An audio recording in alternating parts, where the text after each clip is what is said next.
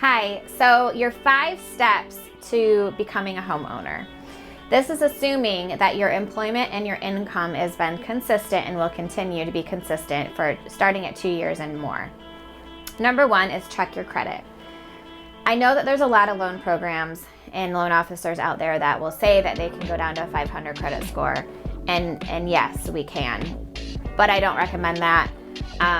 Because you're buying the largest purchase of your life, and you're going to have a mortgage payment. And so my recommendation is to have a 640 credit score or higher. Okay, so if you have under a 640, send me an email, contact me so I can help you. Number 2 is make a budget.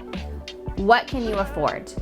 A good budget, if you go through Dave Ramsey or Rachel Cruz, they have that zero-based budget. Make a budget. What can you afford? That's huge. Number 3, save an emergency fund. This is not the fund that you're going to use for your down payment and closing costs. This is a fund that something might happen. Your car might break down. You might have a pet that gets ill or something like that. You need to have an emergency fund. Number 4, pay down your debts.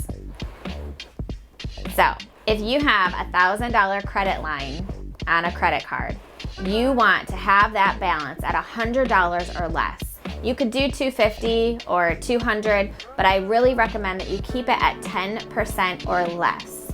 So start working on paying down that debt. Number 5, save for down payment and closing costs. There are programs out there that we have that are low down payment programs. And closing costs can be negotiated. It depends on the market. So, but right now, when you're getting ready, save for down payment and closing costs. All right? Reach out to me if you have other questions. Thanks so much. Bye-bye.